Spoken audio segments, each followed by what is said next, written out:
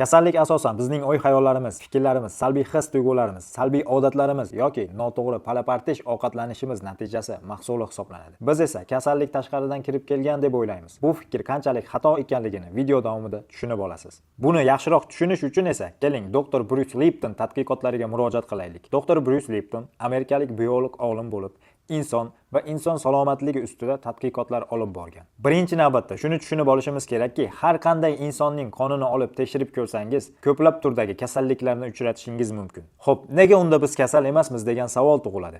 Chunki immunitetimiz zo'r ishlayapti. Hozir men sizlarga stress inson tanasi va hujayralariga qanday ta'sir ko'rsatishini tushuntirib beraman. Hujayralardan namuna olib, ularni ikki guruhga bo'lib, birinchisiga hujayralar qarshisiga ozuqaviy modda qo'yamiz. Ikkinchisiga esa toksin joylab inkubatorga qo'yamiz. Nima sodir bo'ldi, nima deb o'ylaysiz?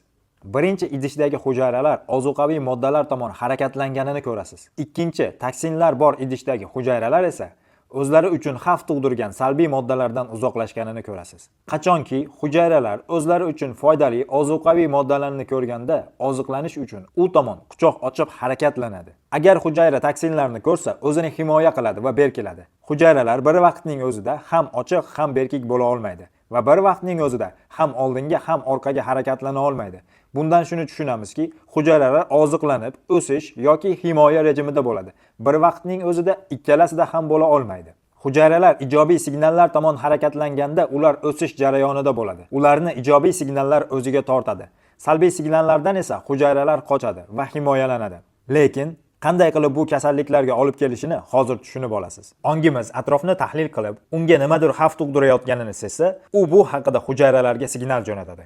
Bu jarayonni gipotalamus miyamizning fikrlar uzatish qismiga jo'natadi. U gipofizga signal jo'natadi. Bu miyaning bosh bo'limlaridan biri bo'lib, u 50 trilliondan ortiq hujayralarga signal jo'natadi va bu bilan birga xavf haqida buyrak usti bezlariga xabar yuboradi. Bu ekstremal holatlarda ishlovchi qism. Ular stress gormonlarini ishlab chiqaradi va bu gormonlar birinchi navbatda qo'shimcha qonni oyoq-qo'llarimizga yuboradi. Nimaga deysizmi? Inson tezroq yugura olishi va urusha olishi uchun. Endi yana savol paydo bo'ladi. Qo'shimcha qon qayerdan olindi? Bu bizning ichaklarimizdagi doimiy o'sish, oziqlanish va salomatlikni bir me'yorda ishlashini ta'minlash uchun ishlovchi qon. Qon oyoq-qo'llarimizga ketganligi sabab organizmning doimiy ishlash jarayoni va qayta tiklanishi qiyinlashadi. Qachonki organizm himoya rejimiga o'tganda o'sish va qayta tiklanish to'xtaydi. Aytib o'tganimdek, bizni tanamiz faqat bitta rejimda bo'ladi, yoki o'sishda yoki himoyada. O'sish deganda bo'yimiz o'sishini nazarda tutmayapman. Har bir insonda kundalik o'sish jarayoni bo'lishi shart, hattoki 100 yoshda ham. Chunki milliardlab hujayralar doimiy ravishda o'lib, o'rnini yangilari egallaydi. Ichak devorlari esa har 3 kunda yangilanadi. Agar siz surunkali stress holatida bo'lsangiz, tanangiz omon qolish va tirik qolish uchun gormonlar ishlab chiqaradi. Shuning uchun stressda bo'lganingizda tezroq kasal bo'lasiz. Sababi bunday vaqtlarda hujayralar mo'tadil holatdagidek yangilanmaydi. Stress vaqtida e'tibor qaratishimiz muhim bo'lgan masalalarning yana bir tomoni shundaki, qachonki gipotalamusdan gipofizga signal kelganda, keyin esa bu buyrak usti bezlariga signal yuboradi va stress gormonlarini ishlab chiqaradi. Va oldin aytib o'tganimdek, bu ichaklardagi qon tomirlarini berkitib, ko'proq qonni oyoq-qo'llarimizga yuboradi. Stress gormonlarining asosiy funksiyasi hamma energiyani yig'ish va omon qolishga yo'naltirish. Shuning uchun ekstremal holatlarda keraksiz bo'lgan funksiyalar o'chiriladi. Energiyani eng ko'p sarf qiladigan asosiy funksiyalardan biri bu immunitet tizimi. Stress immunitet tizimini o'chiradi. Nega?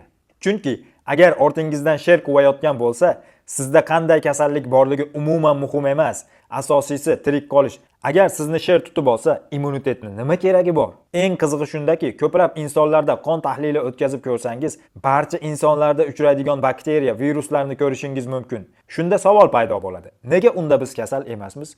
Chunki bizning immunitetimiz yaxshi ishlaganligi sababli ularni nazoratda ushlab turibdi. Qachonki immunitet o'chganda, viruslar o'sishni boshlaydi. Biz esa kasallikni yuqtirib oldik deb o'ylaymiz. Aslida esa u tanamizda yashirinib yotgan bo'ladi. Meditsina tili bilan aytganda, ularni shartli patogen infeksiyalar deb atashadi. Qachonki stressda bo'lganingizda immunitet o'chadi va kasalliklar uchun yulduzli onlar boshlanadi. Oxir-oqibat siz kasal bo'lasiz. Tabiiyki kasal bo'lganingizdan so'ng vrachlarga yoki tabiblarga murojaat qilasiz. Vrachlar va tabiblar qo'llaridan kelgan barcha ishlarni qilib, sizni sog'ayib ketishingiz uchun yelib yugurishadi. Lekin siz stressga sabab bo'lgan o'y-xayollaringiz, dunyoqarashingiz, odatlaringizni o'zgartirish haqida o'ylab ham ko'rmaysiz. Muammo nimada bo'lgan? Immunitetni o'chishiga sabab bo'lgan stressda bo'lgan. Davolanish kerak, lekin stressni ham bartaraf qilish kerak. Xulosa shundaki, bizda stress bilan bog'liq bo'lgan ikkita muammo bor. Birinchisi, hujayralar o'sishi to'xtaydi, ikkinchisi immunitet tizimini o'chiradi.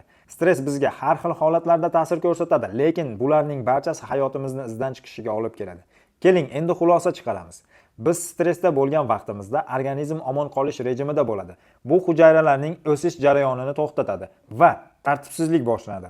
Xullas kalom, stress bizni qayerga olib boryapti? Kasalliklarga.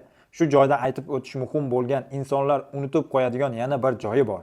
Agar sog'lom bo'lishni xohlasangiz, stressni olib tashlashning o'zi kamlik qiladi. Bu shunchaki nol holati hisoblanadi. Siz nol holatda bo'lsangiz, bu butunlay sog'ayish, o'sish degani emas. Qanday qilib tanani o'zini yangilash qobiliyatini tiklash va yosharish funksiyasini ishga tushirishni bilib olmoqchi bo'lsangiz, obuna bo'ling va kuzatib boring. Keyingi videolarda shular haqida gaplashamiz.